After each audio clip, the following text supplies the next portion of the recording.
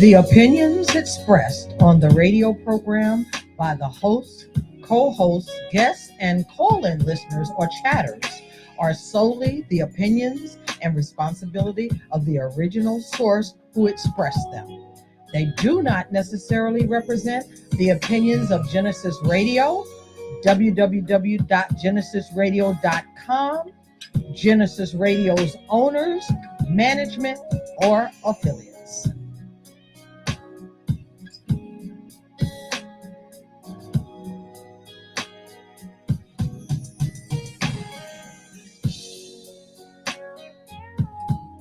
It's another Thoughtful Thursday, and you're on air with Ron.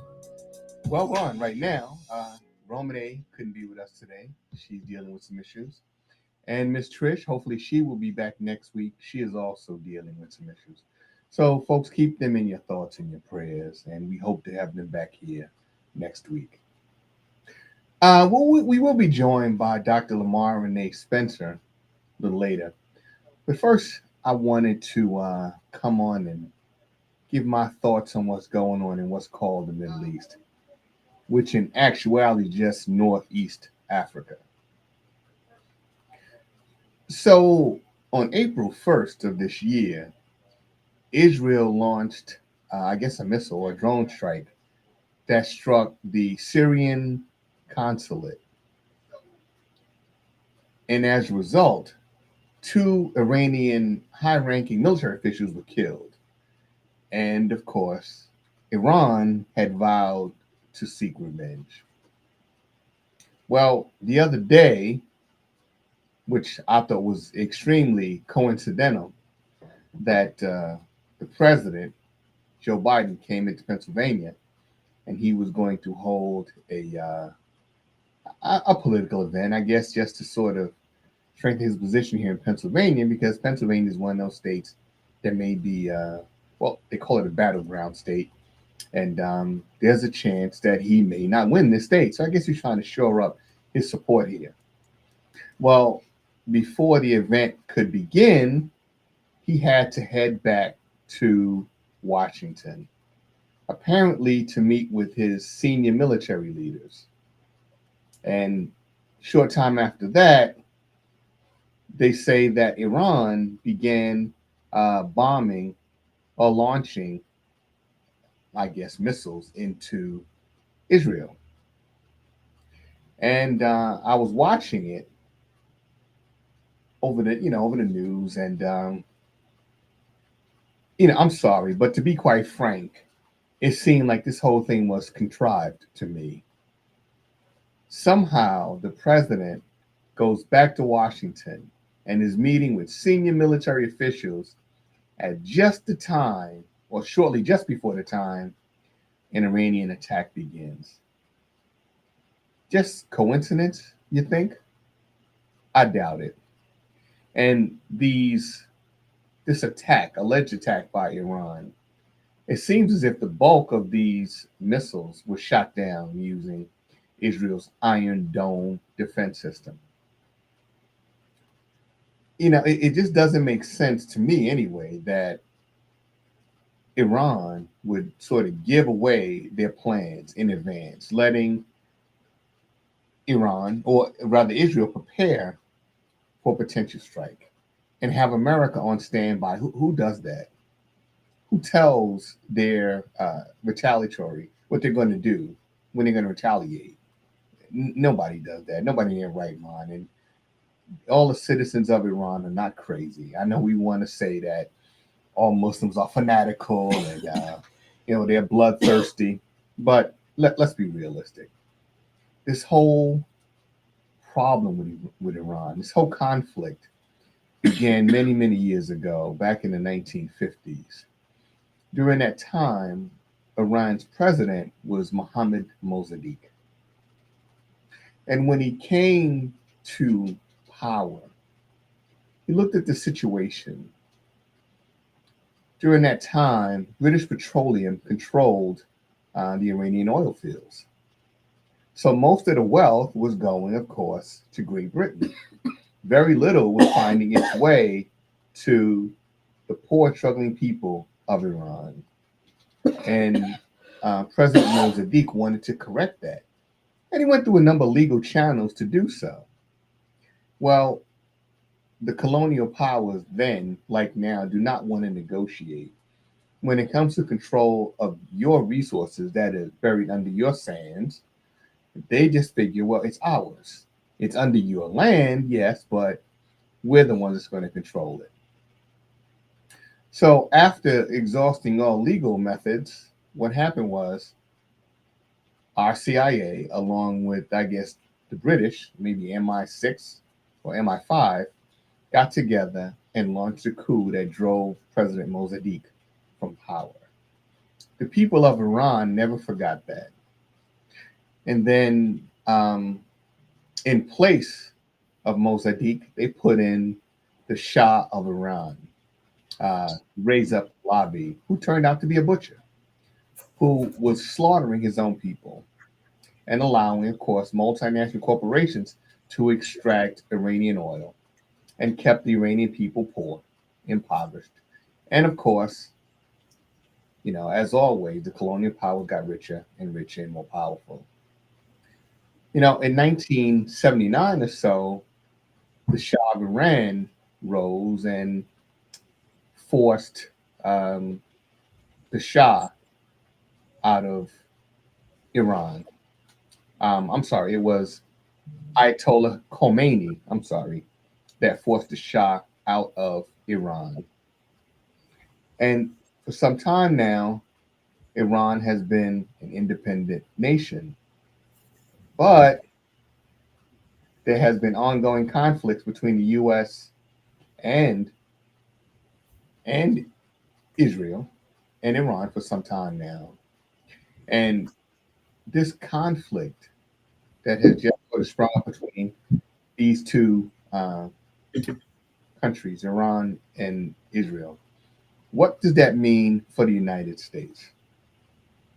Well, even in the face of a genocide, and that's what uh, the United Nations and other world bodies are calling what's going on in Gaza. They're calling it a genocide, where innocent people, the civilian population of Palestine, is being slaughtered.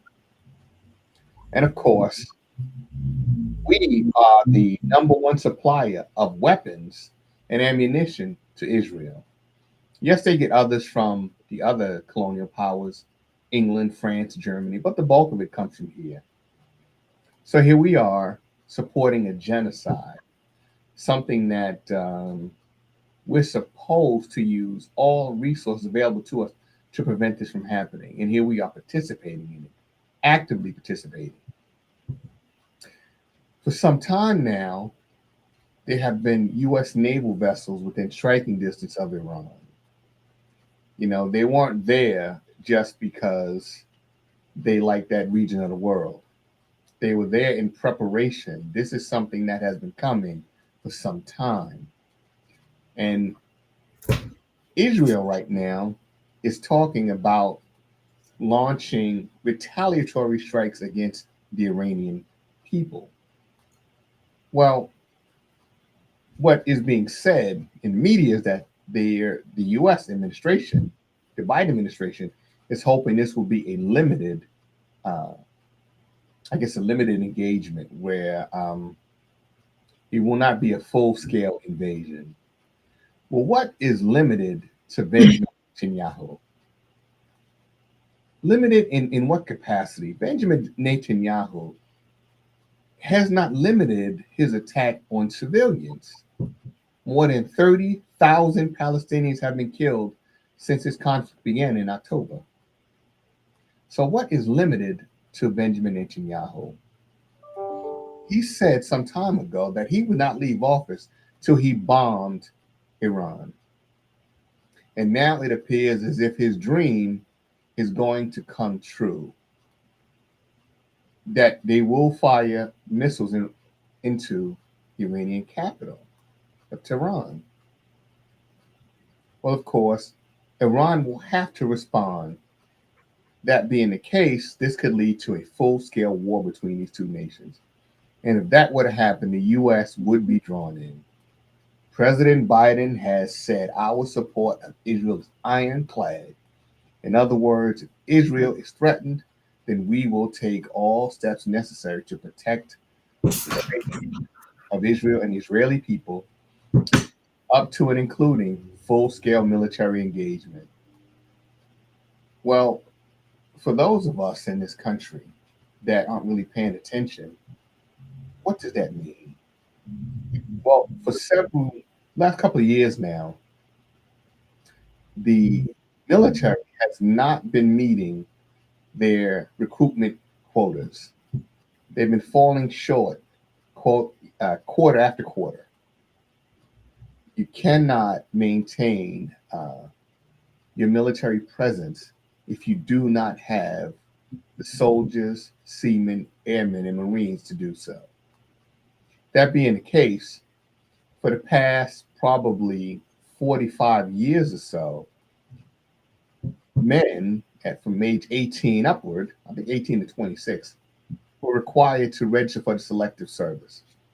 Thus far, we have not had a need to use it.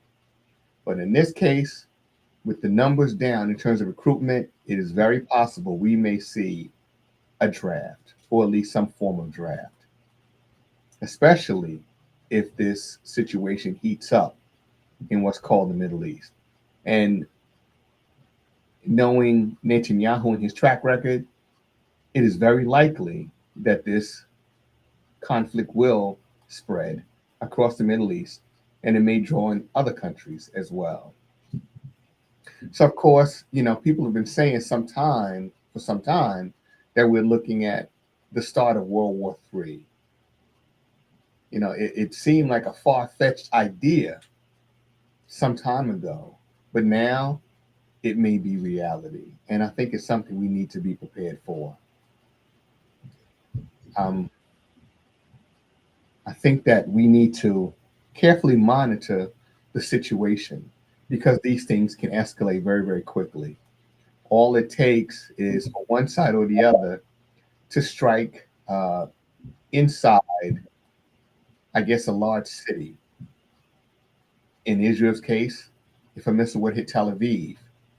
In Iran's case, if a missile were to hit, say, Tehran, and a number of people were killed, well, then, of course, there will be instant retaliation.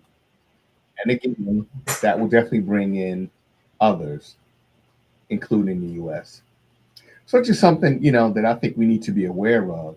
It's a crazy world, and it seems to get crazier every single day. But I want to bring in, and hopefully we have our guest with us. Renee, can you hear me? Yes, can you hear me? I can, yeah. So have you been following these events? Yeah, well, you and I have kind of talked extensively about it, and then I actually did some research myself, and I'm like, wow, I felt like I was I was in awe because I just couldn't believe it. I'm like, wait a minute, normally I keep up on these things, but I was shocked to even hear, like, up until like a few hours ago, that even Putin is thinking of joining, and he was even congratulating Iran and these countries. And I'm like, oh my gosh. And the main source, and correct me if I'm wrong, is like this whole oil. And I'm thinking, oh my gosh, you got to be kidding. Now, of course, sometimes our presidents, and it's not a specific side, they kind of lighten the blow and they make it seem like it's not a big deal, but it's a big deal. It's a huge deal. It It's is. a huge deal. And yes, It's it's partially about oil. The other part is, and I need to do more research on this, but there is an actual plan in place, right, to expand the borders of Israel into something that is called Eretz Yisrael. So what that essentially means is that Israel is looking to, I guess, take control of other lands, right? The Israeli population continues to grow. So there was the need to take more and more of Palestine. Well, now they've got that, and they still want more space, still want more land.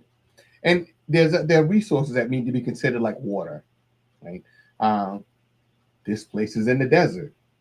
sources of fresh water, are kind of few and far between. So they need to get control of other lands, supplies of fresh water, and also, again, to expand the borders of Israel, to create Eretz Israel, and have more, I don't want to say Jewish people, maybe more Zionists come to that region to live. So that's the other part side of the equation, not just the oil, but the land as well. Mm, yeah, that's true too. And I didn't even realize, I said, oh my gosh, that they have like one of the, from what I read and saw, like one of the strongest military. Did you hear that? I mean, maybe I'm a little off here, but I was reading that as well. And I'm thinking, I didn't even realize that. Well, yeah, Israel probably has the most technologically advanced uh, military Yes. in the region. All of their, or I guess the vast majority of their technology comes directly from the United States. So all of the Hmm. more advanced military platforms that we have, Israel has. So that gives them a technological edge over the Iranians. Right. The problem is that Iran's military outnumbers Israel's by about a margin of 3-1. So unless Israel is going to use their superior air power, which I'm sure they will, and I guess I guess a lot of people aren't aware of the fact that Israel has nuclear ballistic submarines, something that is not talked about very often, but they have them. Hmm. So with that, with controlling the airspace and also able to basically sneak right up onto Iran with their nuclear subs, they could probably wipe out Iran um, in a matter of weeks if they were to use non-conventional methods. In other words, nuclear weapons, which it has been known for some time, going back to the Kennedy administration, that Israel has nuclear capabilities. So, yeah, Yeah. so it's going to be a very, very tough situation.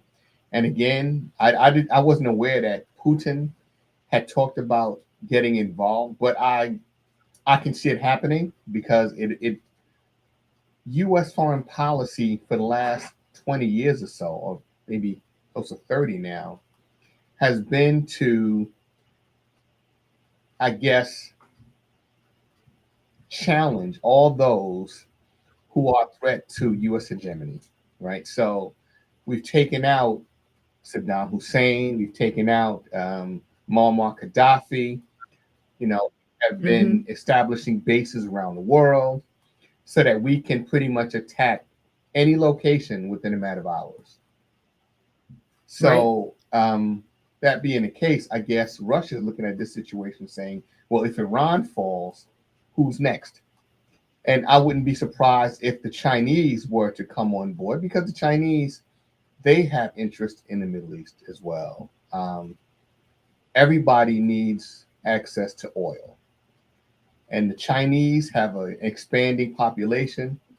Their economy probably far exceeds ours now. The Chinese are actually making stuff that we used to make and sent to jobs and the manufacturing base overseas. So I wouldn't be surprised to see them get into this conflict as well. One of the arguments that they're having on Capitol Hill right now is the new Speaker of the House, Senator Johnson, wants to put together an aid package for Ukraine, Israel, and Taiwan.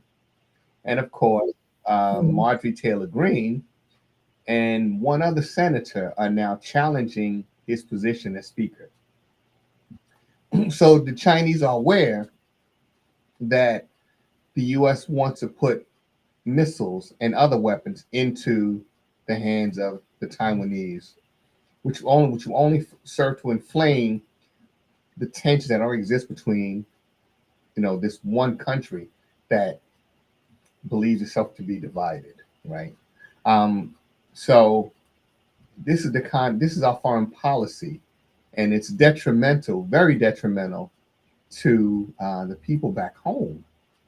I think we talked about this earlier, but For those of us in this country who may not be aware of it, we are trying to find ways to educate our children. I'm talking about going to college, right? And the cost of college education increases every year. I looked at some Mm-hmm. statistics, and some of these top colleges, $92,000 a year. So we're talking $400,000 to get a degree, which may not, which doesn't promise you a job or a career.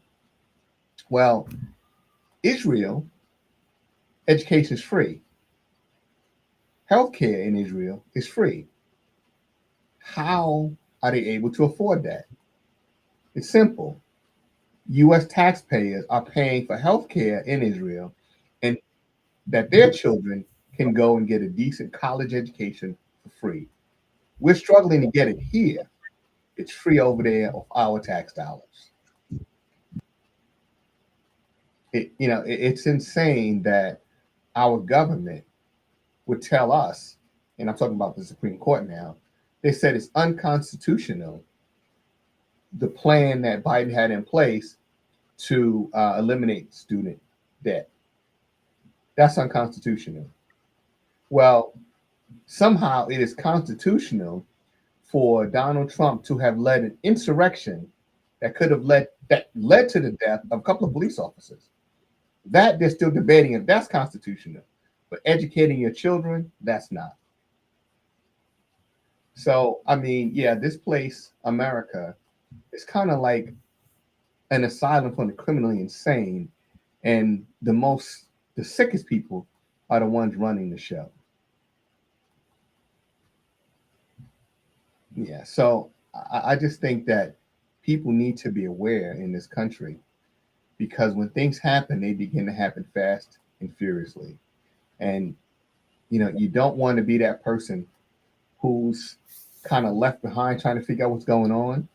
I think that now, for those of us who are looking at this situation, we should be immediately beginning to stock up on food and water in our homes, because things can go from bad to worse very, very quickly. So I just think that is something that we really need to work on. But on another note, I wanted to talk a little bit about this election that's coming up, and what that may mean for America. So for Black people, the vast majority of us, I think I can, clearly say that the vast majority of us are Democrats. And we tend to just vote up and down the Democratic line. I'm not going to tell anybody how to vote. I just think that it is important to be aware that our candidate of choice, is supporting a genocide. I think it's also important that we understand that he is one of the, I guess, prime architects of this situation, of this escalating situation in Iran. We have been blaming Iran and China for pretty much everything that's happened, from the Kennedy assassination straight on, right? Everything, Iran is supporting terrorism. China is trying to destroy our economy. The reality is, hell, we destroyed our own damn economy. That's number one. And number two, the FBI has been saying for the past couple of years now that the greatest threat in this country in terms of terror is from white supremacist groups. Nothing about Iran, nothing about ISIS or any other organized group. They said white men in this country pose the greatest threat. So I think that when we are considering our choices, we need to look at the candidate as a whole. The only thing that I think will make people vote for Biden is the fact that he's a Democrat. I don't think there's any other reason that I can see why anyone would want to vote for Biden except for the fact that he's a Democrat. And I guess, well, the other part is they don't want Trump. So it's not necessarily a vote for Biden, but it's more a vote against Trump. What do you think about that? Me or in general? Well, what do you think about? Yeah, Oh, sorry. what I Well, we were talking the other day, and I agree with you. I think I'm gonna either probably sit this one out or just next go around go independent because I'm not seeing on either side where it's gonna better anyone per right, se. And so what I come to find out even the other day, as I was doing some digging, I'm like, oh, not saying that even the senators, governors do not they're not for the people per se, but most of them are for themselves because they're not even subjected to the same scrutiny that we are as free people. The reason why I say that is because most of them are in it just for the sheer fact of stocks and options and things like that. They're not subjected to the same rules like insider trading, which we all know, remember that Martha Stewart went to prison for. They're not held to that same caliber. So most of them are in, to me, in there just because of, if nothing else, stocks and what they can do. And so I know that may seem like so like simple, right? But it's the truth. I was seeing the other day just following, I think his name is Paul, Nancy Pelosi's oh yeah, husband. This man makes millions of dollars per quarter just on trading, right. right? Because again, there's no such thing as insider trading when it comes to them. They're not held to the same standard as us. So when you hear about them saying, okay, well, they make $200,000 or $300,000, that's nothing. They donate that money. They use it as a donation because they're making so much money on the back end. And so I think that's something else to even consider as well.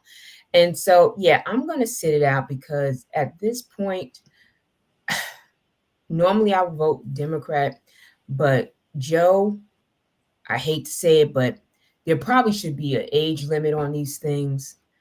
And as I mentioned earlier, Ron, and I get a lot of slack from it. I know Kamala's a fellow Black woman, but I would have rather seen someone else in that seat because I'm looking to see what she has said that was impactful or thought provoking or anything. And I haven't seen it, I haven't heard it. I've been trying and I haven't. So either side to me, I'm almost I'm voting for one of our kids probably could run the country a little better. Because I'm just not seeing anything that's impressive. Well, Maybe someone else can say it, but I'm just not seeing it. well, that's why I said earlier that this country is a asylum for the criminally insane, and that the sickest are the ones running, running the country. Because if you think about it, you were talking about insider trading. We have the Supreme Court, for instance, someone like Clarence Thomas, who has a Ugh. multi-billionaire benefactor who bought his mother's house. Now, why did this man want his mother's old raggedy house? Come on. He's been on, he's been on this man's private plane, been on his private yacht, gone on, Please. these exclusive vacations. And yet, none of that is a violation of any sort of ethical code. Let's be realistic. Right now, they're debating the charge against some of these people who have been incarcerated for the events of January 6th. And they're charged with obstructing, I guess, Congress in their proceedings when they were trying to certify the vote. So they're debating that now if that charge can stand or not. Well, if that charge cannot stand, that pretty much wipes out the government's case against Donald Trump. And, if you look at the symbol of justice, justice is a woman that's blindfolded, carrying the scales of justice. Now, realistically, that woman was originally a Black woman. That woman is Ma'at, the symbol of balance and justice, and several other things. I can't think of them off the top of my head, but this was originally Ma'at, who balances the scales of justice. Well, she was colorized in America. But anyway, long story short, justice is supposed to be blind. You're not supposed to see skin color, socioeconomic status, right? those things are not supposed to be a consideration. But we all know in this country it's always been a major consideration for what Donald Trump has done, even before he took office. If it were you or I, we'd have been in jail a long time ago. Donald Trump was allowed to become the apprentice, then run for president, successfully become the president of the United States, and while in office, committed a number of crimes, right? At least he's charged with them that are felonies that can put him in jail for a long time. And yet he still gets consideration from the judge in Florida, who basically wants to throw out the case, is trying to find ways to throw the case against him, and the Supreme Court, 3 of which he appointed himself, who are trying to find ways to limit the damage that can be done to Trump. Do you mean the felony ones or the civil ones? I'm talking about the felony ones. Yeah, okay. I'm talking about the case. So Trump is charged with obstruction as well.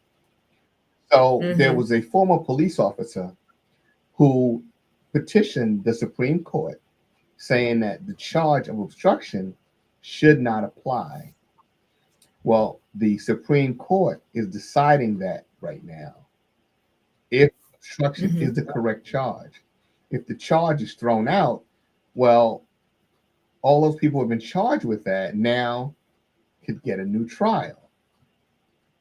And what will they charge him with, right? And then for Donald Trump, that buys him more time. And that's what he's looking for, more time.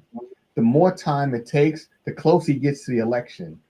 If he wins the election, of course, all of this will be moot. It'll be a moot point. Because what will happen is you can't arrest a sitting president. I don't know why, but you can't. So if he gets back into office, well, we're just stuck with him. He gets to do, and he said in his first term as president, I can do whatever I want. Right, but it's like we have laws for one thing and not the other. I mean, he gets lifetime of Secret Service, right? So if 10 years he now. gets, is it 10 years? They changed it. It's 10 years now. Yeah. Oh, okay. I didn't know. I thought it was just first. So if he goes to prison right now, what's going to happen with the Secret Service? Does that like negate the fact that he gets Secret Service? Question. You know, but I do believe that once he is a convicted felon, then you lose your Secret Service detail. Okay. And I also think, honestly, and I know some people may disagree, but, you know, I have that finance background, but I think that even his, the fines were too high because I think they were like, one was like 470 some million, and the other one was 90 million. I think those are too high because it should be, what's the term? It should be fair, I guess they use. And the reason why I said it's high is because, and I think it's exorbitant. The reason why I say that is because if you have someone who owes $600 million, you're saying, right? Plus per day, there's $100,000 of accrued interest. Okay. Let's just say if they would not have lowered it and you go to these different banks, then when you or I put money in, guess what?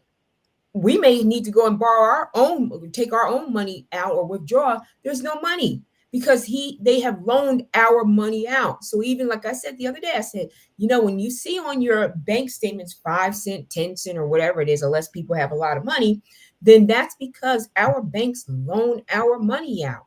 So really, where's he going to get it from? What? The properties? Okay, but guess what? Those properties may not even be valued at what he wants. And that was part of the problem, so, the overvaluing of his properties, right? And also his net worth. And I think what you're talking about is bail, right?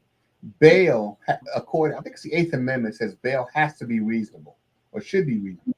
It has to be. But but like I was saying the other day, I said it has to be reasonable. If you and the first thing I know, I think from New York, they want to take the Trump Towers or whatever it is. I'm like, okay, but it may not even be worth that. And unfortunately, we have a lot of companies that overstate their value. They do. We forecasting, benchmarking. That's what it is. It's not like he is just the only one who's Mhm. doing that. That's how they get all these loans and things like that. But again, when you try to go get a loan, especially, we know that for us, we are not getting approved for those types of loans that our counterparts are. And hey, part of that, the reason is that because the money is loaned out. And here's the other part of it. What if he went, internationally and got that money? Don't forget, he is the past president.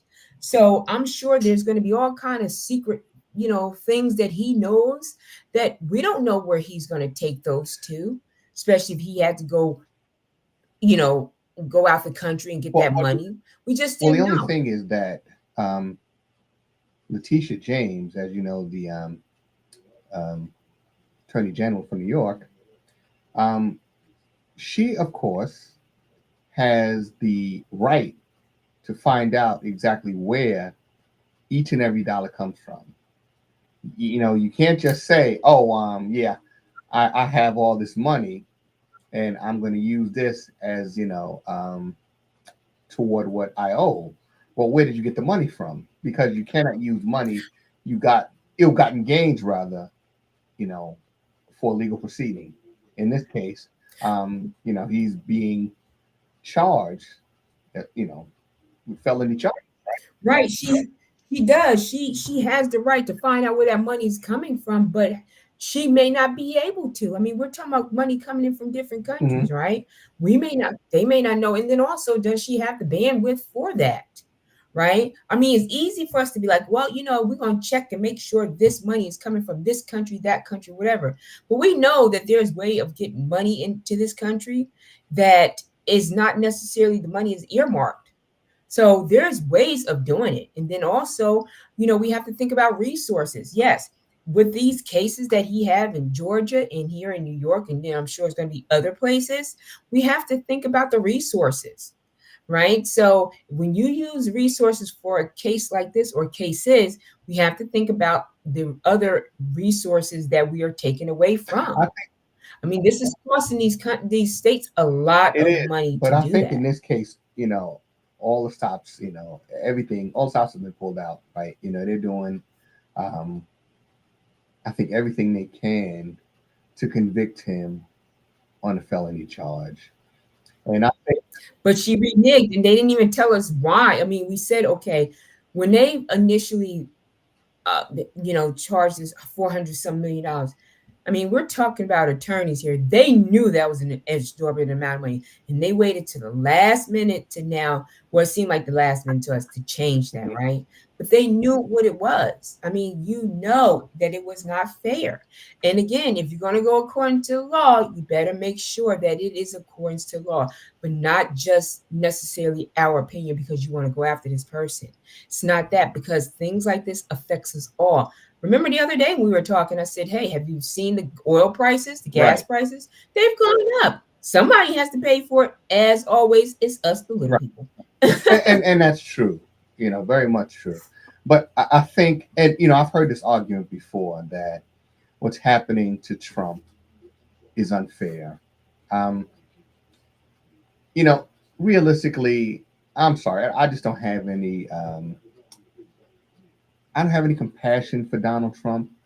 I remember Donald Trump from New York, from his younger years, when he bragged about being the biggest developer in New York, which he wasn't. I remember the Central Park Jogger case where he took out a full page ad in every New York periodical and said that these boys were animals, they were worthy of death. He went on a talk show, said he hated these boys. You don't know them. You have no, how do you hate someone you Right. don't even know? You're absolutely right. But you know what? I have to say, we have to look at too, how you and I, we have to look at these things from objective Mhm. perspective, right? He absolutely did it. But the sad part about it is, even with that case, you looked at five poor black boys, right? And it was like, okay, now is my opportunity to go after these, right? But I hate to say it, but it's also black media who did the same thing. I'm glad Gail King, had enough decency to apologize, but I mean, she's taken so many others down too and have made tons of money off of it. we're not even looking at, and matter of fact, I was talking to my friend the other day who actually worked on like this hair and everything on the set, and she even needed therapy. Now that's sad, isn't it? When the people who are on set need therapy because they're rehearsing this and they have to relive this stuff. Because again, she's around your age. She remembers when all this stuff was going on, right? And it's the truth. It's like, here you are, but you had people from both sides are saying, yeah, they were guilty just because the little white lady said that, like they were guilty. No, not But she never necessarily. said they were That's guilty why I because well, whomever said they were, well, the prosecutor, whatever. Which I'm glad they've actually blackballed her. The prosecutor, she's the author now, she was gone already. But and her best friend is still up there working another case. Schumer brought her right. in, the judge up there. We have to look Yeah, at things from this I think that was Linda totality. Fairstein, maybe. Fairstein, yes, her books were pulled from the Yeah. shelves, everything. Like she was sitting on several committees. She's off of those now. So And the yeah. sad part is this: one of the detectives was also became a Channel 5 correspondent, Mike Sheehan. He was one of the detectives that arrested these young men, and they knew, or should have known from night one, when it took them into custody, that they were not guilty. It didn't take long because the charge was that they raped this woman and viciously beat her and raped her. Yet, no DNA from either of these boys, no semen. So how was it 5 guys raped this woman, but there's not a drop of semen from any of them, right? No other physical evidence linking them to this case. So this is something that was known, that should have been known that night. But because it was a high-profile case, because it was a very successful Caucasian woman jogging on the edge of Harlem, right? Well, somebody had to go to jail. And they said these kids were wilding, right? That was the term they used during that time. They said they were wilding. And I guess in this wilding spree, things got out of hand. But again, that was something that should have been known, if not that night, within days. Right. Right. And to your point, Ron, you made a good point. You just made that statement, right? And I'm gonna tell you something. If you now, especially since COVID, when you're able to sit on some of these court cases and they're going through like the trial and then also the appeals process, pay attention. If you're not you, Ron, but if you're not privy to some of these cases, sit in. And that statement you made is important because I was just sitting in on a case and the appellate judge said that you can be convicted and you do not necessarily need a rape kit, or you don't necessarily need a police report or any of that to be charged and convicted. And it does not necessarily mean that that case will be overturned.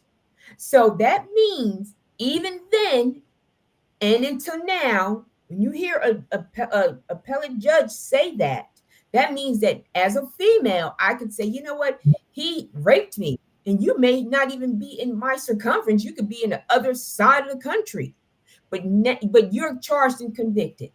Well, so we know that's not something new. That's been going on. Right. That's what I'm saying. It's not right. It's not something new. But look how unfair that is. You know, we don't even. My argument is this: the criminal justice system has been unfair for centuries, right? This is not something new. So that's why I do not have compassion for someone like Donald Trump. You know, before, if you thought the system was unfair, why would you want to send these 5 young men into an unfair system where they won't get a fair trial?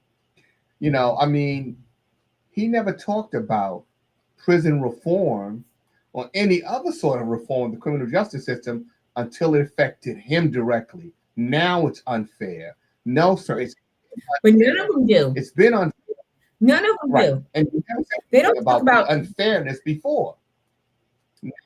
None of them do. Exactly. And that's the thing now. Because now, like I was telling you the other day, I said you have these 2 prisons in Alabama that was just built a couple of years ago, and it's already overcrowded. Right. So, you know, we have these politicians. They always talk about few things. There's always some mysterious illness. They always talk about healthcare, and they always talk about prison reform. They're not. I mean, that's the thing. Now Kamala's talking about releasing people who've gone convicted of marijuana. Yeah, you know why? Because what is this called, sulfide, whatever, the pharmaceutical that was approved in Europe. Now they're selling marijuana, all kind of things for it. So of course they're going to bring it here, but that's the only reason why. So I think it's like when it comes to all this criminality, they're on both sides. I always say, Ron, they're partying all together. Absolutely. Absolutely. Now, there's one last thing that I kind of wanted to touch on, and you and I were talking about this the other day, and I had another conversation with a young lady who basically said the same thing, and she said that Renee, you still with me? We lost her. Oh, She'll pop back in. well, unfortunately, we lost connection with Dr. Spencer. Hopefully, we'll be able to get her back on. But in our conversation, she and I were having, we were talking about relationships and how men have forgotten how to be men. Um, and it's interesting because it's not just her that has that perspective. There's other women I've talked to that say the exact same thing, She's back. that men do not really know how to be men anymore. Right? The things that our generation and generations before us did, well, those things aren't done anymore, right? Men, it's interesting. I saw someone posted online that men are sometimes afraid to approach women, right? And I thought that was insane. That how can you be a man and be afraid to approach a woman? That's something that has been going on from time immemorial, and now we're afraid to approach a woman. So I mean, Renee, you and I had talked about that. Men not knowing how to be men anymore. I mean, Mhm. what do you think has happened to us? Ron, when you find the answer, let me know. I don't know. I don't even know. It is so crazy because it's like, eh, I don't know. That's the number one answer. I have no idea. I mean, I like to think most of us are approachable, right? We Right. have personalities and things like that. But who knows? I mean, that is, like I said, that's the $1 million question. I have no idea why. I don't know. Unless I have to say, I've had this conversation with my mother earlier. Nowadays, it's like women are not falling for the craziness and the okey doke, as they said, as we once did. My thing is this: come to me correct and just be straight about it. I mean, I might be able to bend a little bit, like bend or whatever. I might ride with you, but just come to me correct and stop with all the whole gender thing. Like, I'm the man, you're the woman. Like, that has gone out the window. Like, cut all of that out, right? It's just not working anymore. Well, I think there are two issues. Well, Hmm. um, there's got to be more than two, but just two I'll highlight. Uh-huh. One is the absence of role models, right? A Yeah. lot of men are growing, or should I say, young men are growing up without a father figure, so that they can learn um, how to approach a woman, how to treat your wife, how to take care of your children. I think that is one factor. And the other factor I think is that over time, roles have been switched. Um, Men used to go out and find a job to take care of his family, his wife, his children. Hmm. Now those roles have switched. You find a lot of women out in the workplace, and unfortunately, Hmm. you find a lot of men hanging on the corner or chilling at home. And now, they try to tell us that, well, we have something new called stay-at-home dads.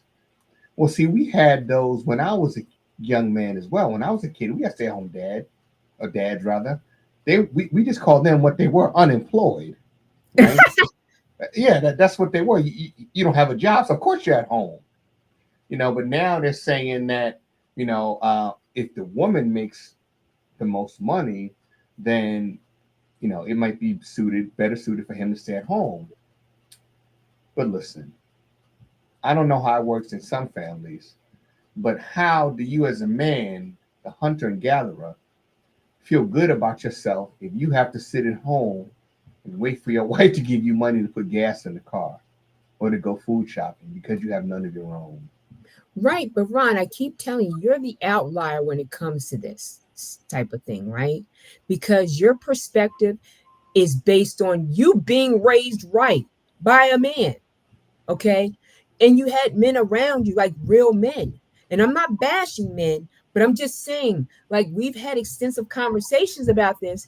And because you were raised, like, unfortunately, I have to say that um, I hear it all the time. I'm a man. I'm a man. But you're not doing manly things. Women do not always want to carry both roles. We don't. We've just had that stigma where it's like, okay, the angry black woman. We're not angry. If it was our counterpart, they'd be aggressive. They'd be assertive. There'd be all kind of action verbs. For us, we have to be angry. We're not angry. We just know that what we have to do. That's it. But at the same time, we are the most disregarded. Black women are the most disregarded. I mean, I can't tell you how many times in a week do I have to hear, I'm the man, I wear the pants, I this, that, and the other. But your actions are not aligning with those statements. Well, I'll tell you something, right? Yeah, a lot of what you're saying is very much. I think we lost your audio, Renee. I'm sorry. Can you hear me now? I can hear you now. Oh, sorry. Now, what were you saying? Oh, I'm sorry. I said, but their actions are not aligning with their statements because you hear it all the time. Like I can't tell you how many times I hear it. It's almost like the statement's on loop. I'm a man. You're trying to wear the pants, and it's not me necessarily. I'm just hearing it. Well, if Ron, we've had, I don't know, countless hours of conversation. I've never heard you say I'm a man. I know who you are, and you exhibit a man. But for the ones that are quote unquote insecure or not really consider men, they always have to it's almost like they need validation. Well, I will say this, right? To say the angry black woman, I think it's okay to be angry sometimes, right? I think we lost your audio again, Renee. I think you went out again. You still there? I can hear you. Can Oh, you okay. hear me? Yeah, I can hear you now. Oh, I'm But sorry. I wasn't saying anything. I think what it is that, we sometimes think or want to stigmatize black women as saying they're always angry. But I think that black women have a right to be angry. I think black men have a right to be angry. I think we as a black people on this planet have a great deal to be angry about. Somehow when we get angry, it's a problem. When others get angry, well, it's okay. It's to be expected. You know what I mean? We never started a world war out of our anger, and there's been two of them, right? So, yes, we have a right to be angry. But, Renee, I see that Strategy is preparing for his show. I wish we had more time where we could delve into this a little bit further. But we're going to talk about this again, right? Yeah. Hopefully we can get you to come up this way, and we'll sit and we'll have a meal and we'll talk about it. But, thank you for coming on. Thank you for having me. And I hope to talk to you again soon. And we'll see you all next week. Yes. Thank you so much for having me, Ron. Thank you. Take care, Renee. Bye-bye. Bye-bye.